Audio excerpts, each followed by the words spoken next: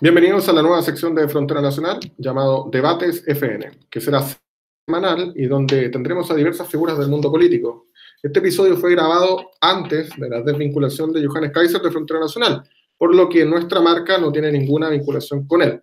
De igual forma, este es un excelente episodio donde él tuvo todas las ganas y toda la fuerza para poder debatir y entregar sus mejores argumentos con el otro expositor. Mi compañero Christopher presentará a los copanelistas. Hola, buenas tardes. Hoy día tenemos a dos invitados de lujo, a Nelson Pizarro de Cápsulas Liberales y a Johannes Kaiser del Nacional Libertario. Los miembros de este debate tendrán 5 minutos para responder cada pregunta y tendrán derecho a intervenir mientras se entienda la idea principal del debate. Mis estimados, para comenzar, ¿cuál es la posición filosófica de la identidad de género o la ideología de género? Bueno, partiendo por el tema, ¿cuál es la posición filosófica? En mi caso, yo tengo una formación que es biomédica, estoy de enfermería, no terminé la carrera, por cierto, pero sí, estoy a punto, y eso me permite, de alguna forma, tener las bases clínicas para poder debatir del tema, y también estoy formado en metodología de investigación, así que no he tenido problemas con ese tema, aparte que a mí me emociona bastante la parte psiquiátrica. Y bueno, lo filosófico, primero hay que tener en cuenta algo muy simple. La izquierda y la derecha tienden a pensar de que hay una noción de que la sexualidad es cultural. De una forma tú construyes tu sexualidad, lo cual es parcialmente cierto. Y por otro lado, la derecha dice que hay un tema biológico, pero también que al mismo tiempo las personas construyen su sexualidad. Venían siendo los homosexuales y los transexuales o transgéneros. Pero también por otro lado está la teoría de género. Y la teoría de género es lo que dicen los estudios desde la neurobiología, ya sea neurología, psiquiatría o psicología, ya incluso también desde la genética, que es lo que es realmente digamos las razones por las cuales las personas generan una orientación sexual o su género, cómo se define en autoimagen. Yo no puedo, a ver, en primer lugar, consulta. ¿Qué estudios te refieres? Porque la sexualidad, naturalmente que es un tema biológico, no tuviésemos la heterosexualidad, no habría ninguno de nosotros estaría participando en este panel. O sea, si tenemos algo que sea norma, evidente, es el tema de la heterosexualidad. Y por definición, aquello que no entra dentro de la norma es aquello que está fuera de la norma o es considerado anormal. Ahora, esas anormalidades pueden tener distintas razones de ser. Sí existen los estudios que dicen de que existe una influencia importante de la carga hormonal en los menores durante el tiempo del embarazo, respecto de lo que es entonces su tendencia posteriormente en materia sexual. Eso está claro. También tenemos casos, sobre todo en el tema de la disforia de género, donde gente desarrolla esa disforia de género después de haber sido abusada sexualmente por personas cercanas. Significa que también tienes un elemento psiquiátrico de impacto social también. Eso no se pone en duda. Lo que sí se pone en duda, y ese es el tema, porque aquí estamos hablando de ideología, no estamos hablando tanto de lo que es el contenido científico de cómo se desarrolla la sexualidad, sino que estamos hablando de una serie, un set de ideas, un paquete de ideas que fue generado en la Escuela de Frankfurt y que se llama interseccionalidad. Es la idea de que los seres humanos están sometidos a una serie de redes de distintos tipos de opresión. Esa opresión puede ser por motivos raciales, por motivos sexuales, por motivos económicos, etc. Y todas esas redes van generando identidades. O sea, todas esas opresiones van generando identidades de opresión e identidades de oprimir. Eso es más o menos la idea de lo que saca en su momento la Escuela de Frankfurt de la mano de Marcuse, de un Marcuse o de un Adorno. El tema es ¿por qué lo hacen? Y ahí entra el tema del marxismo cultural. Y lo hacen porque es una manera de ir atomizando la sociedad. La idea era destruir la sociedad desde adentro. Y una de las maneras de destruir la sociedad desde adentro es destruir las relaciones entre las personas. Las relaciones entre las personas fundamentalmente, interesantemente, se basan en las relaciones sexuales. En las relaciones sexuales de fidelidad, que son aquellas que dan origen a la familia. Entonces, ahí aparecen una serie de publicaciones de personas como Erich Fromm, de distintos autores, Derrida, etcétera, que van no solamente relativizando el tema de la sexualidad, sino que también planteando de que la sexualidad temprana, la sexualidad libre, etcétera, serían elementos fundamentales para la creación de una sociedad nueva y la creación del hombre nuevo. Y eso se retrotrae toda la idea de Lukács y después de Gramsci. Lukács, que fue ministro de Cultura de ¿Te puedo tener un poquito? Adelante, por favor. Mira, yo creo que hasta ahí estamos de acuerdo con, digamos, las posiciones que son bastante trastocadas que tiene la izquierda. Yo en eso no te voy a rebatir porque estamos completamente de acuerdo. Ahora, cuando tú hablas de lo que significa normalidad es un término estadístico que define en realidad una característica esperada dentro de una población. Y la pregunta ¿es normal la homosexualidad? Lo es, porque yo cuando hago un estudio estadístico de cuáles son las características sexuales de la población, voy a tener que entre el 1 y el 3% van a ser homosexuales. Por tanto, una característica esperada. Siempre voy a tener más o menos esa cantidad de porcentaje, por tanto es normal. Es normal dentro de lo que es... A ver, momento. Es que tú puedes verlo naturalmente dentro de lo que es la visión estadística. Pero ¿es normal dentro de lo que es el universo estadístico? No. No, sí es normal, porque es lo que tú esperas.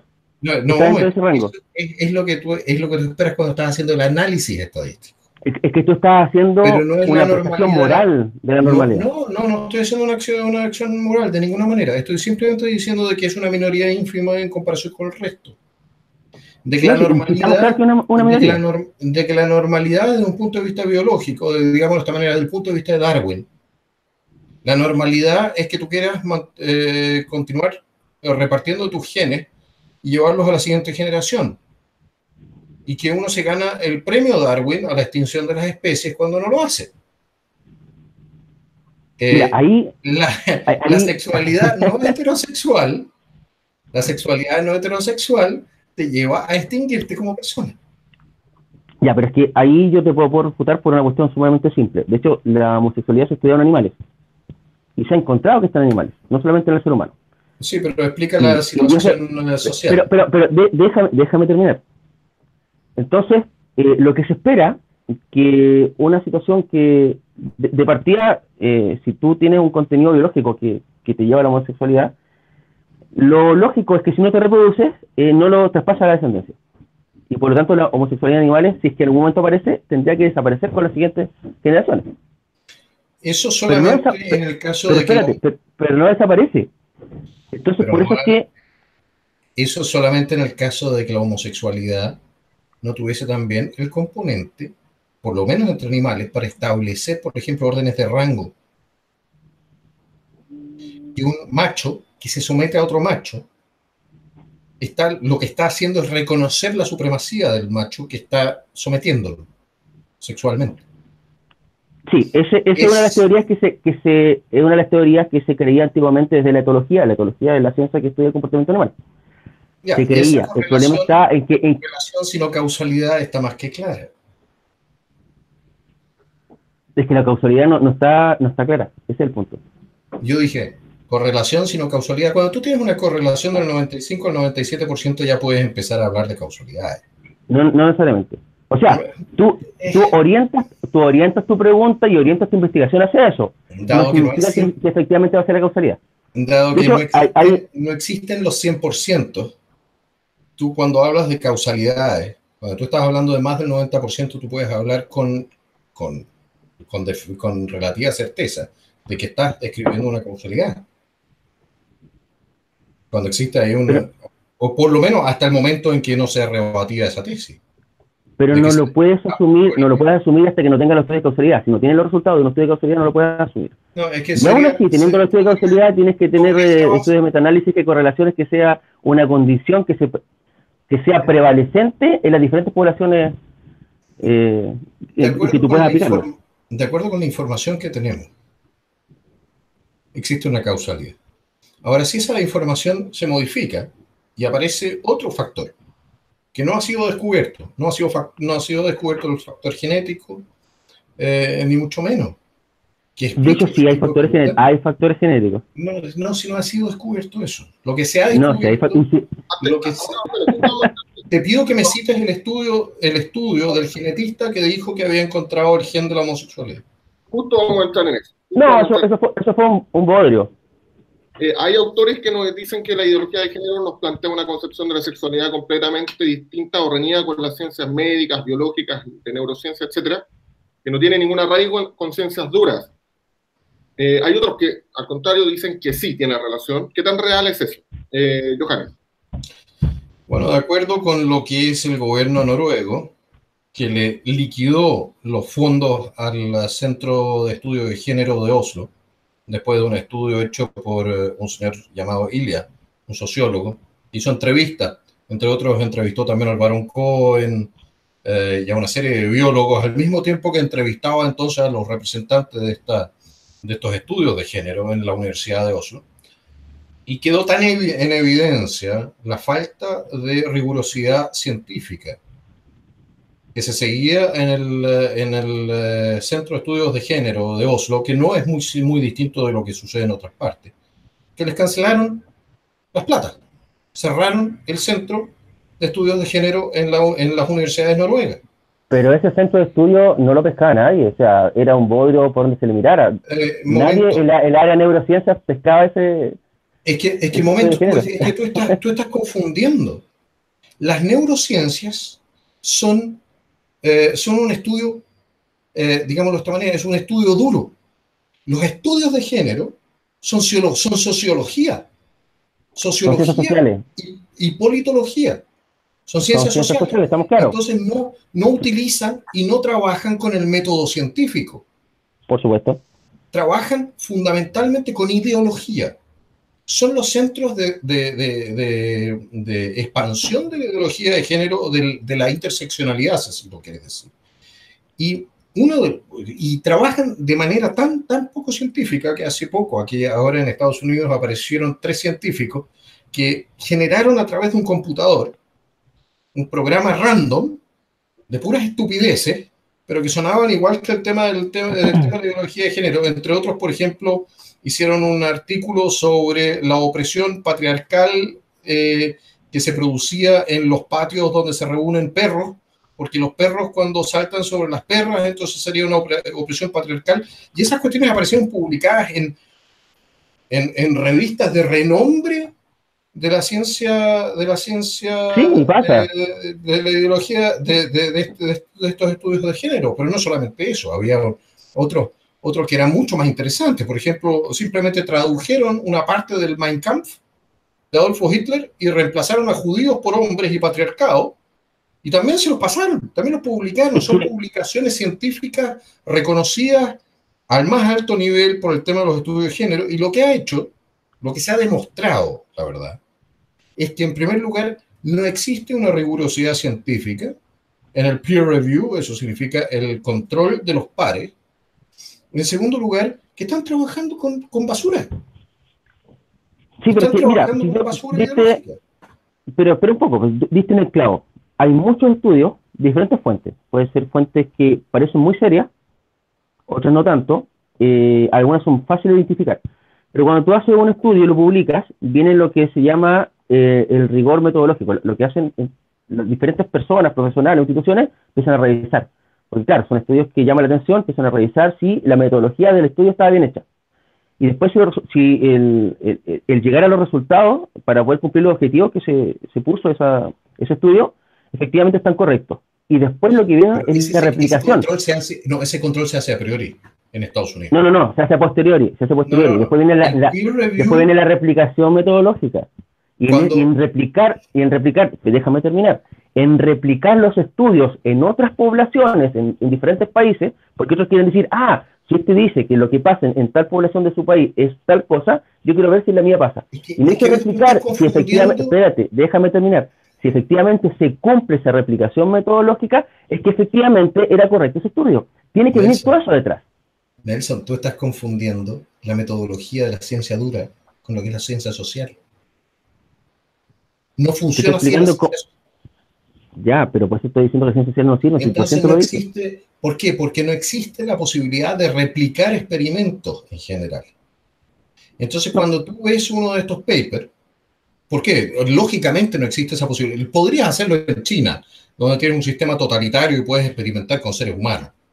¿Ya? Pero en democracias o en lugares donde existe el sistema de derechos humanos, no es posible o no debería ser posible experimentar con la gente, no con nuestro gobierno en este momento.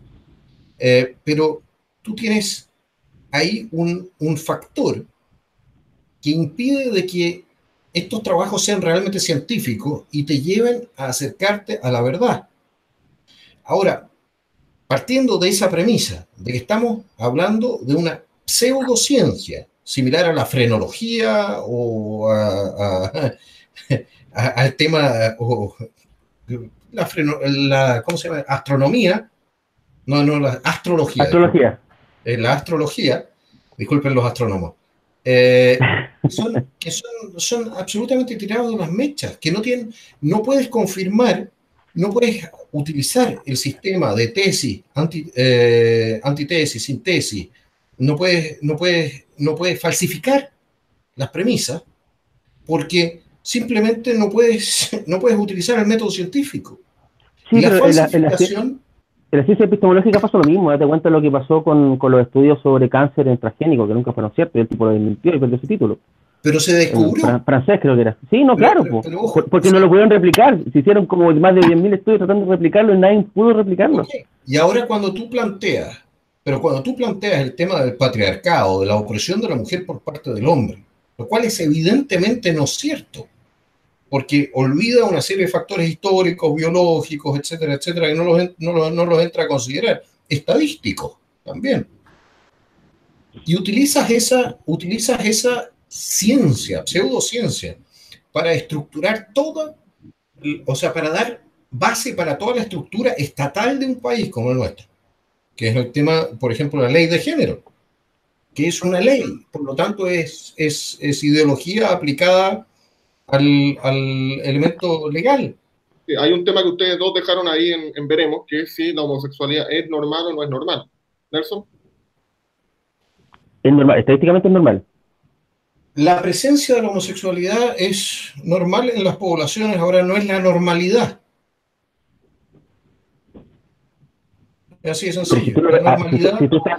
Nelson, si tú estás usándolo, es que lo que pasa es que Johannes lo quiere ver como un valor o moral o utilitario. No, o sea, claro, no, la homosexualidad no me sirve para poder nada. generar una familia y tener descendencia, no me sirve. A mí me importa un reverendo rábano cómo se gasta la gente. Si les gusta gastarse parejo o quieren gastarse solamente por un lado, es cosa de ellos. Yo lo que planteo es lo siguiente.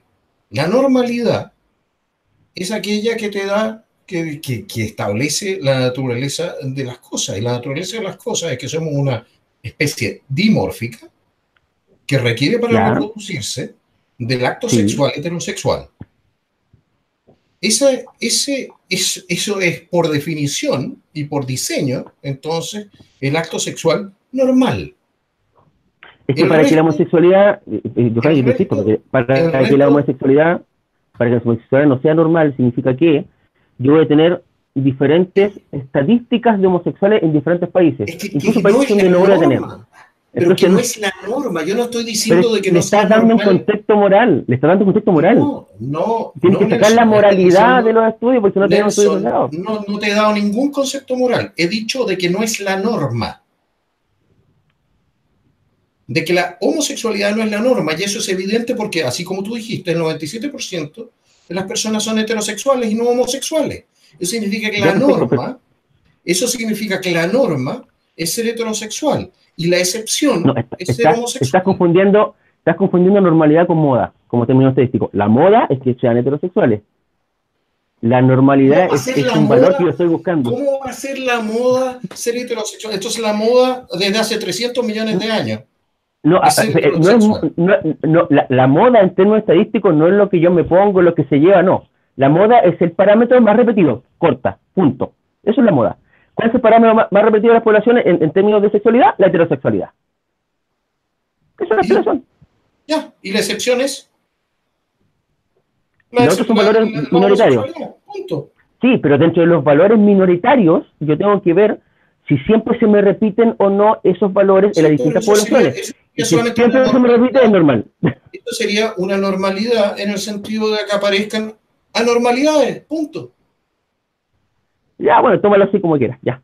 Ya, si tú lo quieres ver así, Bueno, tómalo así. ahora yo no hago ningún tipo de condena moral, ni mucho menos. Si alguien quiere ser o nace homosexual, o se transforma en homosexual, o deviene en homosexual, o lo que sea, me importa un reverendo rábano porque yo no me meto en la cama de la gente. No me interesa. Yo lo que planteo es lo siguiente, planteo de que desde un punto de vista estatal, si ya vamos a tener un Estado, lo cual para mí ya es un problema, que desde un punto de vista estatal, tú tienes que trabajar con la norma y no puedes trabajar permanentemente con las excepciones porque tú transformas eso en un elemento que tensiona la sociedad. No puedes No es que transformar a la excepción en la por lo, regla. pero por lo mismo, como la ciencia no tiene el sesgo moral, nos va a buscar que ciertas condiciones sean por sobre otras, a menos que eso dañe la salud de las personas, al menos Ahora, ya, en ahora biomedicina. planteemos, ok, plantea entonces las cifras de supervivencia, de consumo de drogas, de depresiones, de intento de suicidio, etcétera, etcétera, de las personas que son homosexuales o transexuales. Lo que pasa es que tienes que buscar causalidad. ¿Qué hay detrás de que hay un No, en aumento comparación con la población general. No, son Estamos mayores, yo no te hablando, voy a negar eso. ya, Son entonces, mayores. sí, a ver, son incluso mayores que la incidencia del Sí, son cigarrillo. mayores. La pregunta es ¿por qué? Si eso es lo que tienes que hacerte la pregunta, ¿por qué? ¿Porque son solamente porque son homosexuales o porque hay otras causas relacionadas a la homosexualidad que los llevan a tener mayores patologías Si mentales? ahora nuevamente volvemos a ese punto. Si eso fuese así, entonces los parámetros serían distintos en sociedades distintas que tratan, por ejemplo, la homosexualidad de manera distinta. Ahora, los parámetros de cifras, en el sentido de depresiones, consumo de drogas, etcétera, etcétera, son muy similares, por ejemplo, entre Suecia y México, y no puedes comparar las dos realidades. Entonces, ahí tú tienes Claro. o sea, tú tienes evidentemente una exclusión, que es la exclusión del elemento, por lo menos de manera fundamental para explicar las cosas, del elemento social. Porque si hay un país que está avanzadísimo en materia de prohibir todo tipo de cosa que sea discriminatoria respecto a los homosexuales o de las minorías sexuales, es Suecia. Y un país que está muy al comienzo de hacer algo así es México. Ahora, las cifras no difieren. Tienes una cultura distinta, tienes una lengua distinta, tienes una religión distinta, tienes todo distinto y sin embargo las cifras son similares. Quiero que tomen en consideración esta pregunta, pero en base a la sexualidad de las personas que yo voy a nombrar.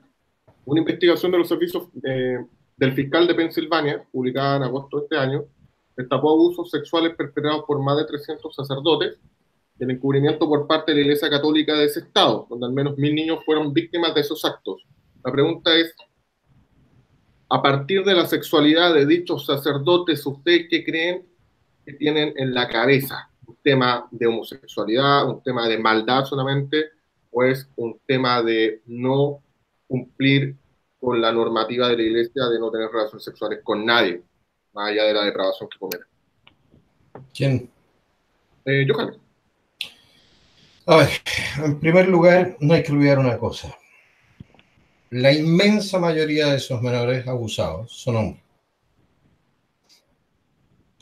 Y hay otro punto. Hay una entrevista con la presidenta del Partido Comunista de los Estados Unidos en 1928. Está en YouTube. Está todo en YouTube. Y esa señora se llama Bella Dodd. Y fue secretaria general del Partido Comunista de los Estados Unidos. Y recibió en su momento de la Comintern, de la Internacional Comunista, la orden de infiltrar homosexuales en la Iglesia Católica. Eso pasó en todo el mundo occidental. Y esas redes se fueron estableciendo y fueron creando redes de poder y de protección. Ahora, homosexuales comunistas, gente que no creía en Dios. Porque si tú eres comunista, marxista, entonces eres materialista y no crees en Dios. Es una ideología atea. Y fueron penetrando las estructuras de la Iglesia Católica. Tremendo palo fue entonces el Concilio Vaticano II, y ha terminado en lo que tenemos en este momento. Ahora, siempre dentro de lo que fue la Iglesia ha habido problemas en esa materia. ¿Por qué? Porque, entre otras cosas, las instituciones que trabajan con niños, por naturaleza, atraen a gente con ciertas tendencias. Por eso tienes problemas serios en general, en los colegios, con los profesores. O sea, no con todos los profesores, sino que con algunos profesores. Entrenadores deportivos de niños. Sigamos dándole. Internados estatales. ¿Sabes la cantidad de niños violentados sexualmente en las instituciones estatales, donde no hay sacerdote? Tenemos entonces ahí un problema de fe, un problema de infiltración, un problema de falta de control, un problema de falta de carácter de la Iglesia Católica, porque los mandos, en vez de simplemente mandarlos a quemar en la hoguera a los sacerdotes que hacían este tipo de cosas, los protegieron, lo cual me parece un retroceso civilizatorio en comparación con lo que era el medioevo. Pero la Iglesia Católica, a diferencia de sus críticos, nunca ha dicho que la pedofilia era buena. La izquierda... Yo discrepo verde, de tu... discúlpame, pero la izquierda verde, solamente en la sede del Partido Verde de Berlín, se violentaron más de 3.000 niños. En la sede del Partido Verde de Berlín. Son los progres. Y eso está documentado, están ahí los casos judiciales, etc. En una sede. En Inglaterra se han violentado más de 30.000 niñitas. Protegido todo esto por el progresismo que no quería aparecer como persiguiendo a los pedófilos pakistaníes que hicieron todo esto. Digamos de esta manera, critiquemos, colguemos de la plaza pública o de un farol a aquellos que han hecho este tipo de cosas, no tengo ningún problema.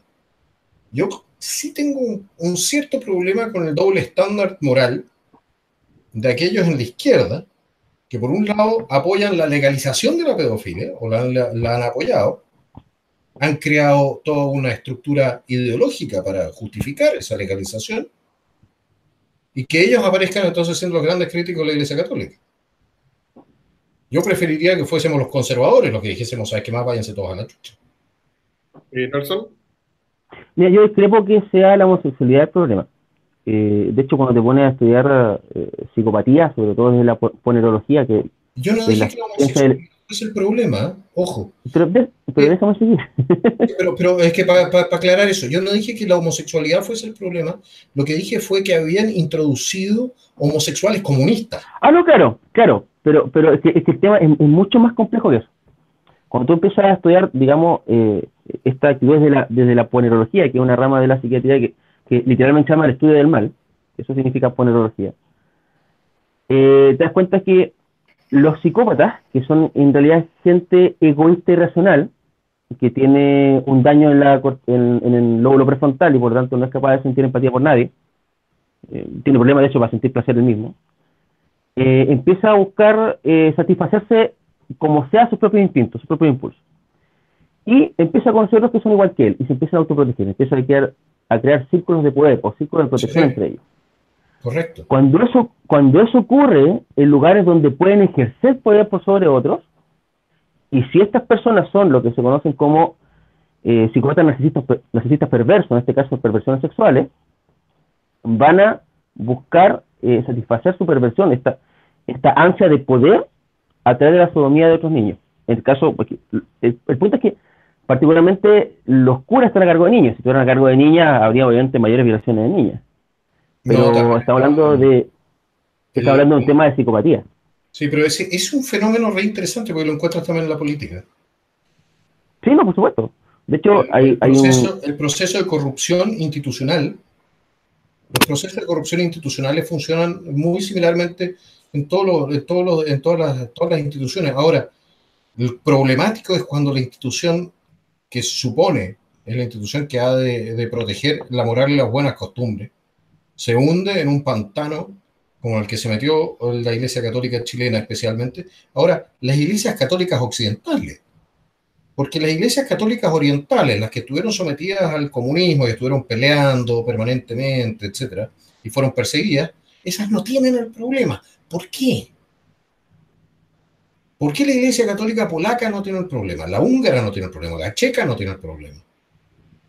Pero las iglesias católicas occidentales, donde se infiltró nuevamente el marxismo cultural, sería la idea del marxismo, la teología de la liberación, todo eso ese combate por destruir las estructuras de Occidente para preparar a Occidente a una toma de poder por parte de Oriente en su época, yo creo que ganó una dinámica propia.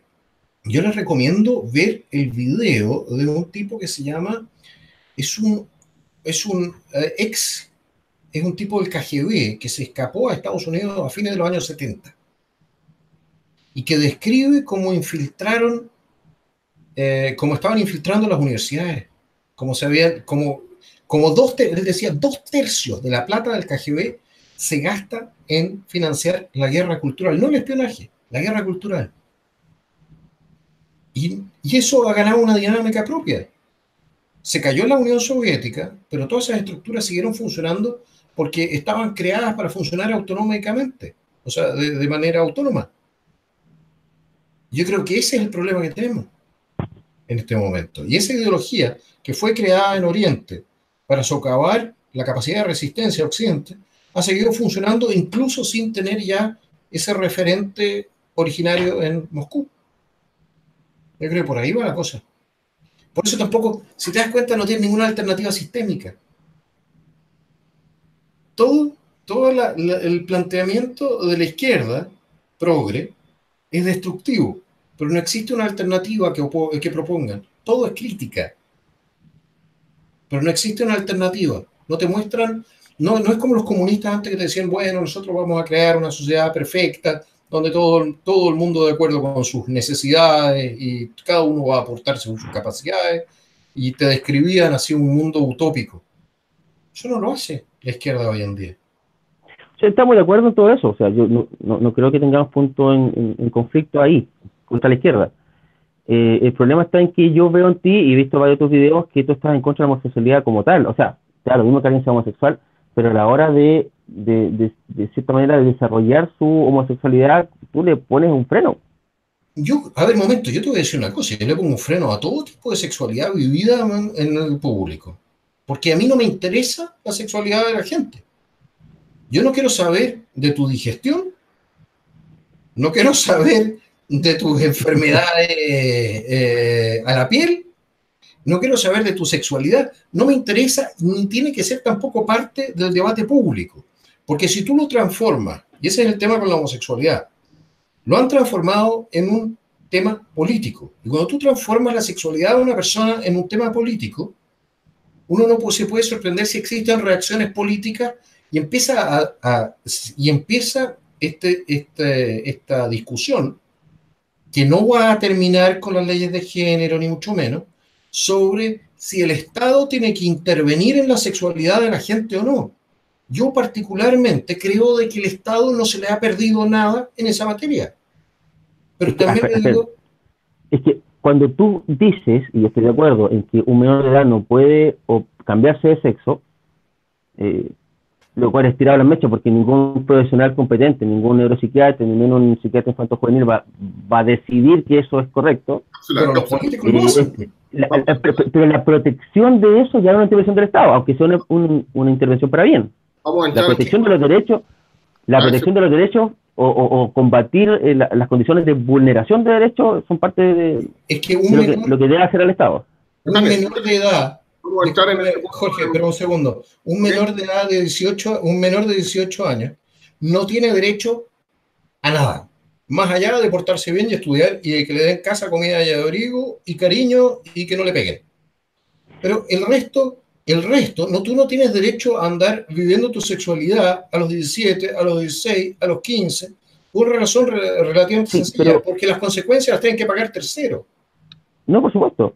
Pero sí es necesario, por una cuestión de salud mental de la sociedad, tanto de las familias que tienen niños homosexuales o transgénero, es que tengan terapia y tengan asistencia de salud mental. Deben Sí, por el tenerla. momento. Porque, Pero lo porque que se está haciendo, la lo situación que es se está compleja. haciendo, Porque, a ver, pero lo que pero se está hay haciendo familias, es una espera, intervención quirúrgica y hormonal. no, olvídate lo quirúrgico. Estoy hablando de apoyo terapéutico. Terapeuta de un psiquiatra, de un psicólogo, de un terapeuta ocupacional, de un Pero eso lo neurólogo si es quieren necesario. prohibir. Es que el punto es que tiene que haber un apoyo, es decir, tiene que dejar de estigmatizar para que haya un apoyo, porque de partida, en el caso de los transexuales, y la mayoría efectivamente no son transexuales, y la solución es que vuelvan a ser, digamos, cisgénero, entonces necesitan un apoyo terapéutico. Y hay muchas familias que son tan dogmáticas que no llegan a sus niños con especialistas, a pesar que esa es la solución. Ya, pero de acuerdo, si Y eso, ahí hay vulneración de derechos.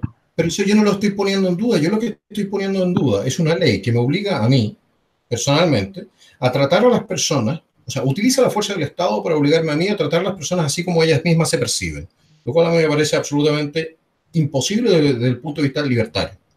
En segundo lugar, me dice de que me va a meter a un juez a mi casa en el caso de que yo me oponga de que mi hijo menor de edad se haga una transformación hormonal entre los 14 y los 18 años, o quirúrgica. Me parece inaceptable la intervención del Estado en la patria Sí, pero potestad. hay un pero, porque la reforma que hizo Bópoli, que supone que va a mandar Piñera ahora, o si es que ya no la mandó, es que siempre y cuando hay un especialista lo recomiende, el juez tiene que actuar. ¿Y qué es lo que hace el juez? Manda a solicitar un examen psiquiátrico forense. Y ese examen psiquiátrico forense lo hace el equipo clínico del centro de salud mental, Ya, ¿ya? Y un equipo multidisciplinario. Entonces, conociendo cómo es la salud mental y conociendo cuáles son digamos, las situaciones terapéuticas y diagnósticas, nadie de ese equipo va, digamos, recomendar que haya una cirugía de partida. de acuerdo con lo que yo vi en la ley, puede que la hayan modificado o no, pero lo que yo vi en la ley decía solamente y exclusivamente de que tenía que tener un referente, podía ser incluso un profesor, que No, dijese el referente técnico, no, de que el menor había mostrado una conducta determinada durante un tiempo determinado. Ahí justo no, vamos que es un referente técnico, es un equipo de psiquiatría clínica, es el referente técnico. Tema del proyecto de identidad de género, si vamos a entrar en eso ahora, pero antes la otra pregunta, porque necesito ir por parte para que cerremos con el proyecto de identidad de género, fue lo último que se legalizó acá en Chile. Los estados deberían empezar a sacar la ideología de género, como al estilo Paraguay, que ya está en contra de este tema, desde el Ministerio de Educación, que ya prohibió los textos que promueven la igualdad social. ¿A qué me refiero con esto? O sea, bloquear la promoción que hacen organismos como la ONU, etcétera, etcétera, o está de moda la ONU entre todos estos videos. ¿Nelson? El tema es complejo porque al menos en adolescentes se tienen que enseñar, o en la preadolescencia, lo que es la sexualidad desde el punto de vista biológico. Yo a mis hijos, al menos los chicos, tuvieron curiosidad de cómo venían los niños al mundo ya como a los 6 años, yo les expliqué. Pero desde el punto de vista biológico, lo bueno de enseñarle en edad temprana es que vas a descartar la parte morbosa del asunto, la parte sexual. Es netamente biológico. Es bueno enseñarles antes, pero ese es un tema mío como padre, es un tema familiar, es un tema que tiene que tocarse en la casa, ¿cachai? Y que ojalá todos lo hagan, pero no todos los padres lo hacen. Ahora, en adolescente, pero adolescente sí tiene que tocarse el tema sexual, pero ahí tiene que haber una altura de mira y en relación también a la madurez de ese niño, porque tampoco lo vamos a sexualizar. Porque ahí hay un riesgo de que tú puedas entrar en sexualizar a los individuos. Y en ese sentido, sí, tiene que haber un control del Estado para evitar que esas situaciones se realicen, que al menos lo que yo he visto de la izquierda es que son sumamente explícitos en la forma de que quieren abordar los temas. Bueno, el Estado está sexualizando a los menores. Si tú ves el programa de la Organización Mundial de la Salud para menores entre 4 y 6 años, incluye el de enseñarles a masturbarse. No estoy tomándote el pelo, te puedo mostrar los documentos. Porque todo esto es una cuestión progresiva que termina entonces con... Mira, yo personalmente creo de que el Estado nuevamente no tiene nada que andar ideologizando a los menores ni meterse en la cama de la gente. El tema de la reproducción, véanlo en la clase de biología, en sexto básico, séptimo básico, como era antes. El tema del cuidar, discúlpeme, el traste de los niños es responsabilidad de los padres. ¿Por qué? Porque van a tener que seguir pagando el precio por un embarazo no deseado o lo que sea. Y ese tipo de responsabilidad no se puede delegar a terceros. Tampoco me pueden a mí obligar a andar pagando abortos, porque resulta de que los papás no tienen tiempo para cuidar de que sus niñitos no anden haciendo lesera. Más allá del tema de si uno está a favor o está en contra.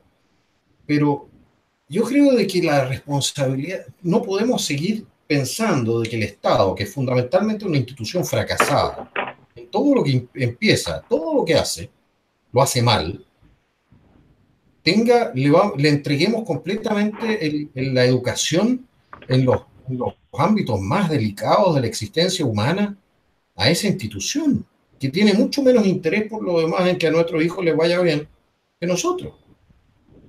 Yo tengo ahí un problema serio con la gente con gente que no le pasaría su billetera a un político, ni aunque lo apalearan, porque no confía en ellos, pero que le pasa a los niños a los políticos. A ver, las figuras de la más alta moralidad en Chile supuestamente están en el Congreso y en el gobierno de Chile. ¿En serio? 95% de los chilenos no confían en los políticos porque dicen que hay deshonestidad, etcétera, pero le quieren entregar la educación a esos deshonestos. Yo no lo entiendo. La verdad es que no puedo alcanzar a entenderlo. Y el interés de los políticos es poder. Y el interés de los políticos es aumentar su poder. ¿Y qué manera más fácil de aumentar el propio poder que tener la posibilidad de ideologizar a los votantes antes de que puedan pensar por sí mismos? Pero bloquear o no bloquear la promoción de organismos como la ONU, UNESCO, que están presentando estas cosas. Patada para afuera. Patada para afuera. Si nosotros no nos independizamos de España para terminar siendo gobernados por Nueva York. Depende. O sea, obviamente hay que ponerlo en un contexto, porque, por ejemplo, al menos desde el punto de vista sanitario, nosotros estamos muy en boga con lo que está, digamos, recomendando la OMS, y estamos entre los 10 mejores sistemas sanitarios del mundo. Entonces, tampoco vamos a poner toda la basura. Estamos con un aumento del SIDA similar al que tienes en países africanos. Estamos entre los 10 mejores países con mejores perspectivas de vida y acceso a salud en el mundo. Eso no ha sido gracias al Estado, eso ha sido gracias a que se introdujo el sistema de ISAPRE. Eso ha sido gracias a que se introdujo un sistema económico que ha mejorado notablemente eso es gracias a que más del 60% de las personas en Chile se atienden en salud primaria, por un lado. Y también gracias a la ISAPRE, porque si bien los que son usuarios de ISAPRE no tienen acceso a salud primaria, que es muy importante, al menos tienen buen acceso a salud secundaria y terciaria, que compensa la falta de salud primaria.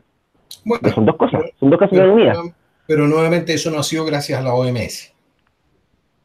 No ha sido gracias a la Organización Mundial de la Salud que nosotros estamos en el lugar donde estamos, y nosotros mejoraríamos bastante más si introdujésemos una serie de conceptos que a mí me parece que serían relevantes para mejorar la situación. Entre otros, el volver a darle a la gente el sentido de responsabilidad sobre su propia existencia.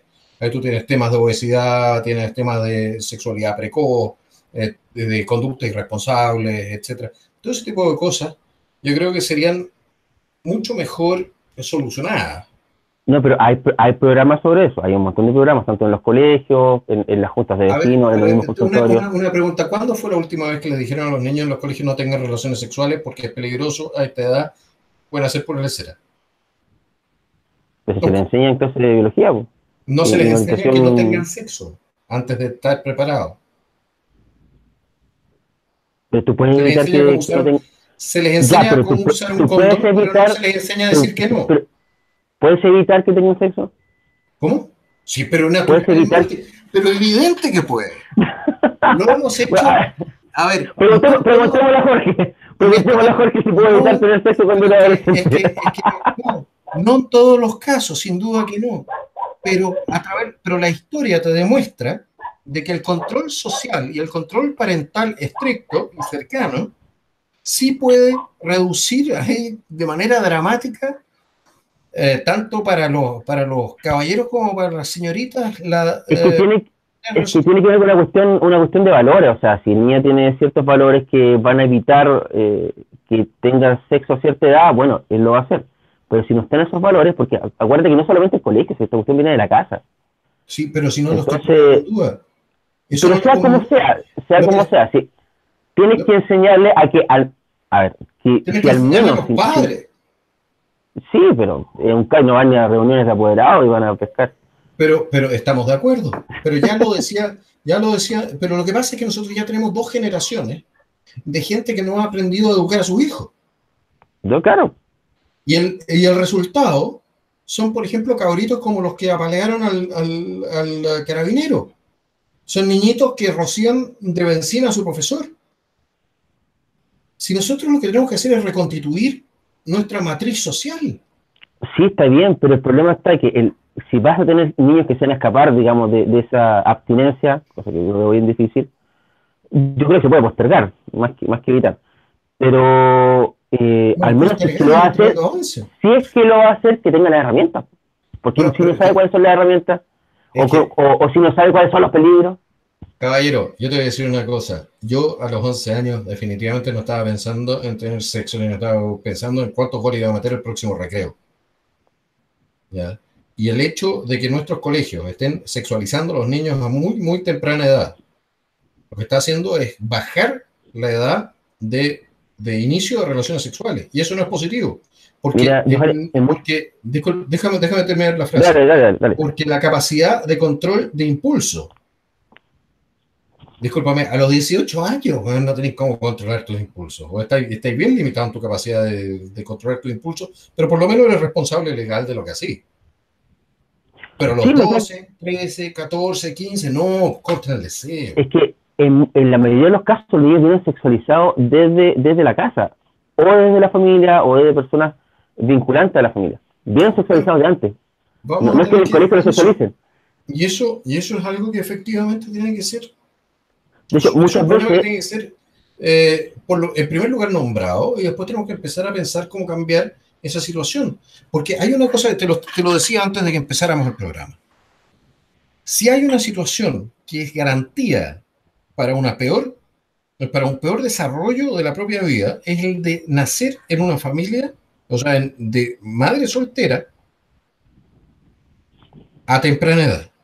Eso te garantiza vivir en la pobreza, mayores niveles de consumo de droga, depresión, suicidio, criminalidad.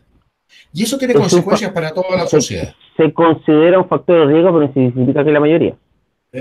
Factor de riesgo, 90% de los, lo decía nuevamente, 90% de los tipos que están presos en Estados Unidos son tipos que crecieron en la casa. Ahí no podéis decir que no es un... Sí, pero es que lo que está dando vuelta a la tortilla.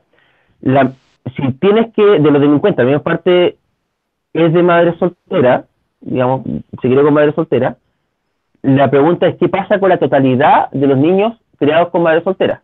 Porque de esa población, tienes que la mayoría, claro, proviene de ahí, pero a lo mejor vas a tener que el grueso de los niños hijos de madre soltera no son delincuentes. ¿Y qué es lo que ocurre? No, el problema no es ese. El problema es el siguiente: 90% de los delincuentes, eso significa la gente que te asalta, te mata, te viola, etcétera, son hijos, crecen con madre soltera. ¿Y entonces, qué porcentaje es ese del total de los hijos de madre soltera? Porque ese dato no lo tiene. 90% de los presos, hombre. No, a ver, tu población son los presos. Es que eso no es relevante. Si no es, es relevante, po. No lo es relevante. Relevante. La población de hijos de madre soltera es mayor a la población de presos. Dentro de los presos, el 90% sí. Dentro del total de hijos de madre soltera no tiene ese dato. Y eso significa que no hay un problema. No, es un factor de riesgo, pero no significa que el 90% de todos los hijos de madre soltera van a ser delincuentes. No, solamente... te estoy diciendo que el 90% de los presos en Estados Unidos, el país con la población penal más grande del mundo. Si está ahí vamos bien. ¿Ya? Pero tu población hijo de madre soltera, lo cual significa que ser hijo de madre soltera aumenta el riesgo, no solamente para los niños de ser criminales, sino que para la sociedad entera. A ver, Johannes, la probabilidad más alta digamos, como factor de riesgo de los hijos de madre soltera, la probabilidad más alta siempre ha sido el embarazo adolescente. Que pueden haber actitudes delictuales son menores, pero esa es la probabilidad más alta como factor de riesgo, el embarazo adolescente. ¿Y por qué hay embarazo adolescente? Porque el modelo a seguir no es el mejor, lamentablemente. Porque tienen sexo antes de dejar de ser adolescente. Sí, claro. Sí, estamos claros, pero la mayoría de los hijos de madres adolescentes no son delincuentes. No estoy Sí, diciendo de que cuidado con sean. eso. A ver, es que no, tú lo interpretaste para darme vuelta al argumento. Y eso es un hombre de paja. Yo lo que No, dije no, hombre, claramente, baja. yo lo que dije claramente es lo siguiente. Si tú eres mujer y tienes un hijo y no lo tienes con un hombre que pueda ponerle límites en la casa y que lo socialice, entonces la probabilidad de que ese niño consuma droga, sea violento, termine en la cárcel, tenga depresiones, tenga problemas afectivos, etcétera, etcétera, es múltiples veces más alta que si lo tienes en un núcleo familiar intacto. Ese es mi argumento. Y mi argumento también es el siguiente. Nosotros como sociedad tenemos un interés en que no haya madres solteras, porque el solo hecho de que hubiese menos madres solteras significaría una reducción de la criminalidad, indirectamente. A ver, la mayor razón de la criminalidad, y esto hay estudios, pero patear la chuña, es el policonsumo de drogas. Esa es la mayor razón de la cual hay delincuentes. ¿Por qué? Porque las drogas generan un daño en la corteza prefrontal, entonces la capacidad de empatía de los jóvenes, eso se llama psicopatía secundaria, la capacidad de empatía de los jóvenes se ve alterada, entonces buscan seguir sus propios impulsos de una forma egoísta sin pensar en los demás. Ahí tienes el delincuente. Proporcionalmente, los niños que crecen sin padre presente en el hogar son mucho más dados al consumo de drogas.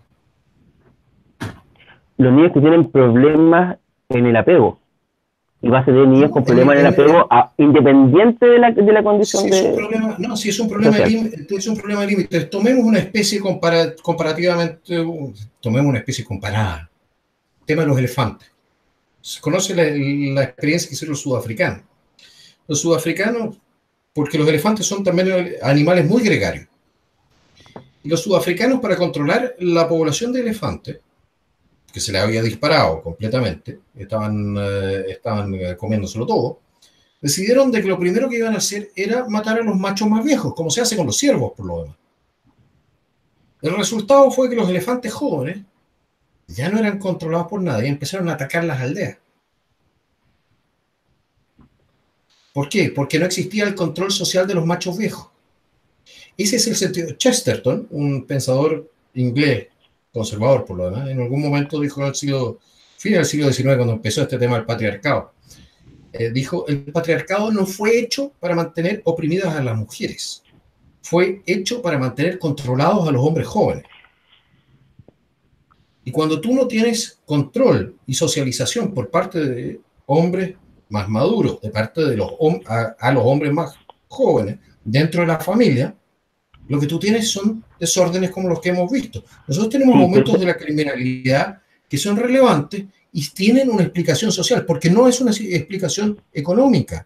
No puedes tener una explicación económica para eso. En salud familiar, los modelos de padre y madre son reemplazables. No lo sé. Son reemplazables por otro familiar o por otro cuidador. En los últimos segundos que quedan, expláyense respecto al proyecto de ley de identidad de género. Y sobre todo un punto importante, el móvil asegura que los menores de 14 años sí están incluidos en la ley por una errónea interpretación por parte del Senado. Johannes. ¿Qué voy a decir? A mí me parece inconstitucional y el día en que me vengan a obligar a mí a tratar a una persona por ley, a hablar de una manera determinada, el día que me voy a tener que llevar preso y para llevarme preso van a necesitar un par de personas. Yo peso casi 95 kilos y no es fácil. Pero no le voy a aceptar al Estado que me venga a obligar a mí a reconocer algo que yo considero no cierto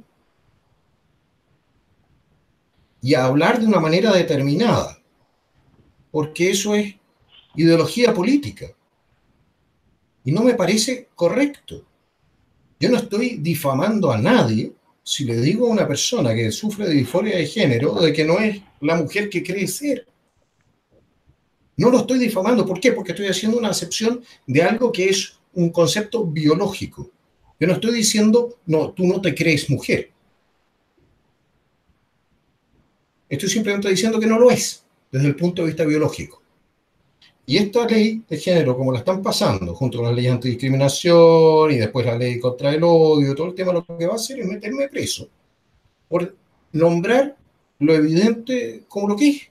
Y no me parece. Ahora, si tú me dices, si tú me pones al lado de una persona no transgénero, y yo he tenido gran amigo transgénero, que falleció por lo demás, por, entre otras cosas, víctima de las intervenciones hormonales y todo, le falló el hígado, tuvieron que trasplantárselo, lo rechazó y falleció a los 36 años. Naturalmente que yo a esa persona, por cortesía, por no joder, probablemente lo trate así. Pero si me vienen con una ley, si me vienen con una ley que me diga a mí, oye, que yo tengo que tratar a una persona que no conozco, a la cual no respeto, lo cual no me simpatiza, lo que sea, como ella quiere que la trate, no me parece. No me parece que el Estado tenga derecho a tener tanto poder sobre mi persona y sobre mis pensamientos. Eso es todo lo que tengo que decir respecto de la ley. Ah, y para qué hablar de lo que van a ser las consecuencias por la gente. Porque hombres que se definan como mujeres, ya lo hemos tenido en Inglaterra, un tipo que se definió como mujer fue a cárcel de mujeres y violó a 6 mujeres. Lo habían metido preso por violador.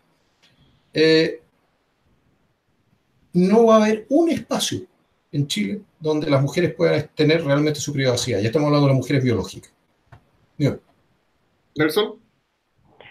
Mira, yo estoy de acuerdo y no estoy de acuerdo en varias cosas.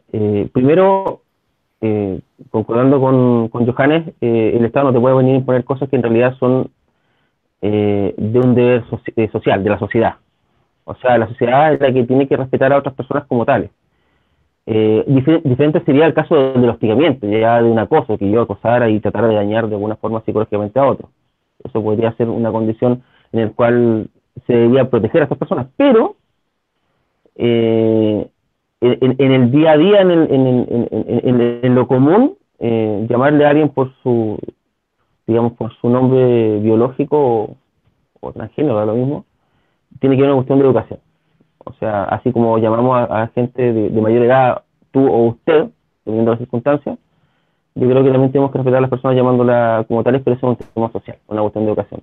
Ahora, si usted quiere ser un roto de mierda y llamarlo, digamos, por su nombre o su pronombre biológico, bueno, ya, cosa tuya. Ya, pero eso es un tema social, no un tema del Estado. Por otro lado, no estoy de acuerdo desde el punto de vista epistemológico, por lo que dice al menos la neurobiología, sobre todo la psiquiatría infanto-juvenil, de que se le dé la posibilidad a los niños de operarse, menores de edad de 18 años, porque el cerebro recién madura después de los 20, 22. En Chile tenemos un retraso en la maduración, y al menos los expertos hablan de más de 25 años, después de los 25 recién el cerebro chileno madura. Entonces, o sea, operarlos antes, al final... es ridículo. Al menos está la posibilidad de que dé la opinión un equipo infanto-juvenil, y en ese caso probablemente sea que no. Pero la izquierda sí está haciendo la batalla por que a los niños se les permita cambiarse de sexo o representar cierta forma distorsionada de la sexualidad que no corresponde.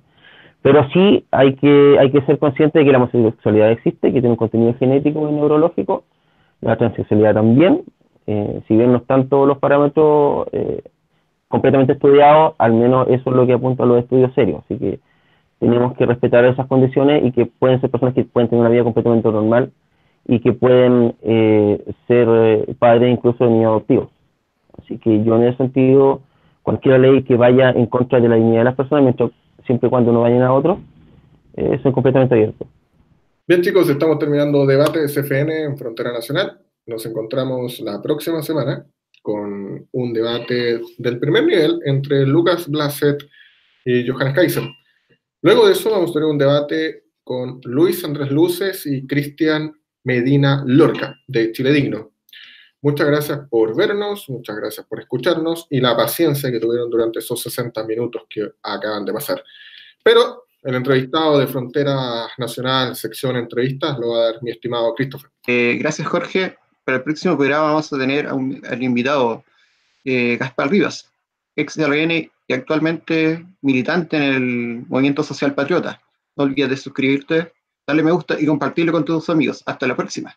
Que esté muy bien.